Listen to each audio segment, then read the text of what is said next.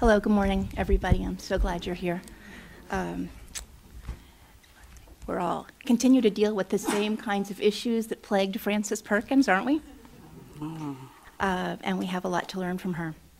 Because indeed, there was a huge social movement raising awareness of these issues. But what happened at that particular time that made all the difference was one particular individual that had given great thought to this and had come up with a way to try to harness the interest in the social problem and deal with it. Now, like that very interesting and good poem of Chris Llewellyn's, in the aftermath of the Triangle Fire, there were a lot of people passing the buck. And really, within 6 months, the fire was forgotten. There'd been a lot of other fires. At that time, it's estimated there were 1,000 industrial deaths a day in America. So although the 146 was a horrific event and had been witnessed by thousands of people, the human mind is designed to forget horrible tragedies so that we can all move on and face another day. But there was one witness that didn't forget and had decided to use everything that she had learned to try to make sure those kinds of things didn't happen again. Now, Frances Perkins is this woman. She was a young social worker living in New York at the time. The economy had been very bad in New York. Remember the panic of 1907? And a lot of young women like Frances Perkins, young college graduates, about 3% of American women graduated from college then, couldn't find jobs. She'd been working in a series of temp jobs, sort of temporary contract teaching jobs, where she was required to live on campus. Then she got a nonprofit job where she had to raise the money herself. Lots of times she didn't have enough money to eat, so she'd pawn her watch to give herself money for a couple more meals. She never failed to accept a free dinner. And what she'd do is she would go and give talks about workplace problems and pass a hat, and that's how she funded her organization. But she managed to get a scholarship to Columbia. She lived in what we'd call a group house then. It was a settlement house. That's how she lived. Just like a lot of young people starting out in Washington living in group houses, Frances Perkins was living in a group house in New York City. And then luckily, when she finished up, she got a job with the National Consumers League where she could actually be paid and someone else would raise the money. That was a big advantage because now she could work full-time on workplace safety issues, which had become a very big issue to her. She'd been very aware of the strike in 1909. She was very aware of these issues. She'd begun to look at workplace safety issues. And then an incredible thing happened to her, a life-changing event. She was actually a witness of the Triangle Shirtwaist Fire. I told you she'd been living in a group house. She finally had her first apartment of her own by the time she was 29. She was having tea with a friend nearby in one of those houses facing on Washington Square. There's a row of brownstones facing the Stanford White Arch there. She was right sitting having tea. They heard all this clamor and shouting in the streets. She ran out the door. They ran across the plaza there, and she got to the base of the building as the first body hit the ground. She watched the women jump to their deaths. She watched and stayed there as they hauled. The fire was put out pretty quickly. After that, they pulled the bodies out. They dragged them, they laid them out in front of the building. They took them to a makeshift morgue. The families came to identify the bodies. Frances Perkins participated in all this. And that night, she and other social workers got together in New York City and said, how can we stop this from happening again? How do we make this tragedy a teachable moment? She was part of a group that quickly formed to work for better workplace safety. And she rose to the leadership of a group that was a spin-off of this. It was called the Committee on Safety. And she was picked to head that by a Roosevelt, but it was Teddy Roosevelt. And that's one of the really interesting things is, and that needs to be remembered, is that through a lot of the things that happened at that time, it was progressive Republicans who were particularly helpful at making good things happen in the United States.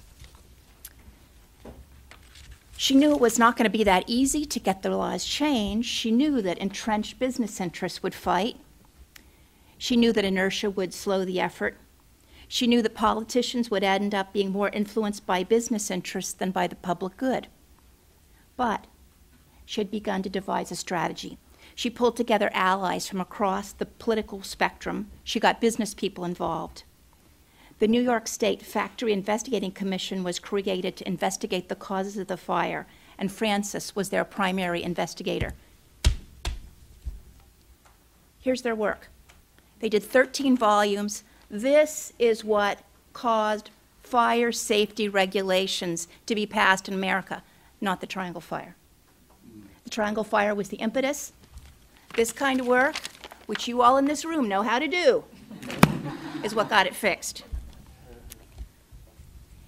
In the first year, the commission that was directed behind the scenes by Frances Perkins submitted 15 bills to the legislature, and 8 became law.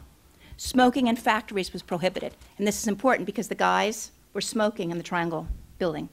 Regular fire drills became mandatory, and this was a very difficult thing to get passed because some people were so prejudiced against immigrants that they said if you tried to do fire drills, they'll just run around and stampede and hurt each other.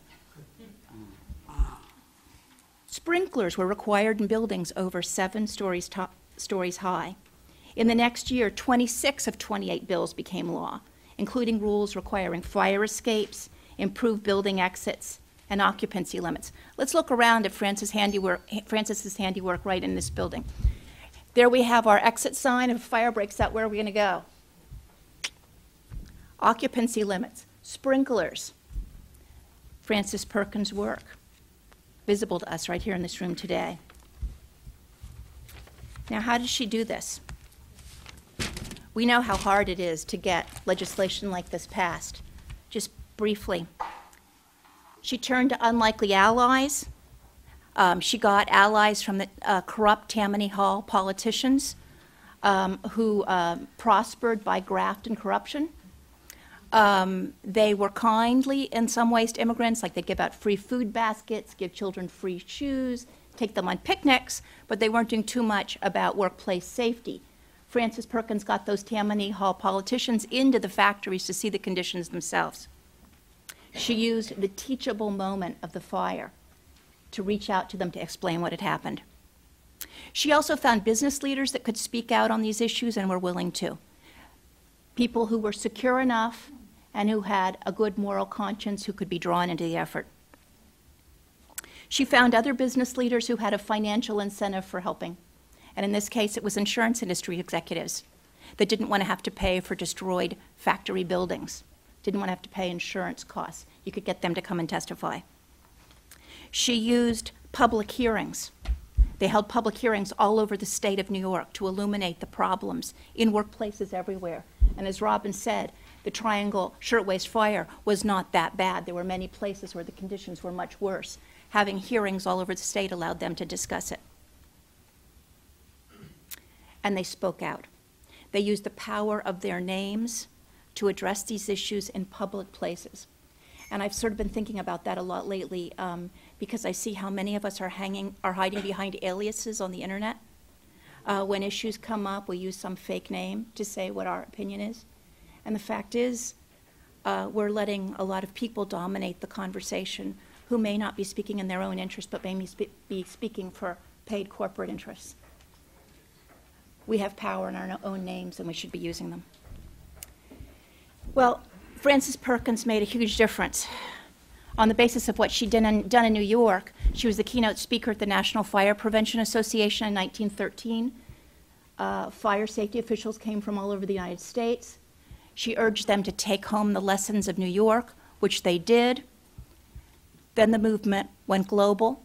Now, when factory workers die in a toy factory in China or in a daycare center in Mexico, we all know the questions to ask. How many people were working there? Were there exits? Were doors locked? These are all questions that we all know to ask all over the world.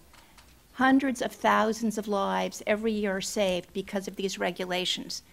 I would like you to raise your hand, Sally. The National Consumers League was employing Frances Perkins at the time she did that. Hundreds of thousands of people in the world are alive because of the National Consumers League. Thank you very much.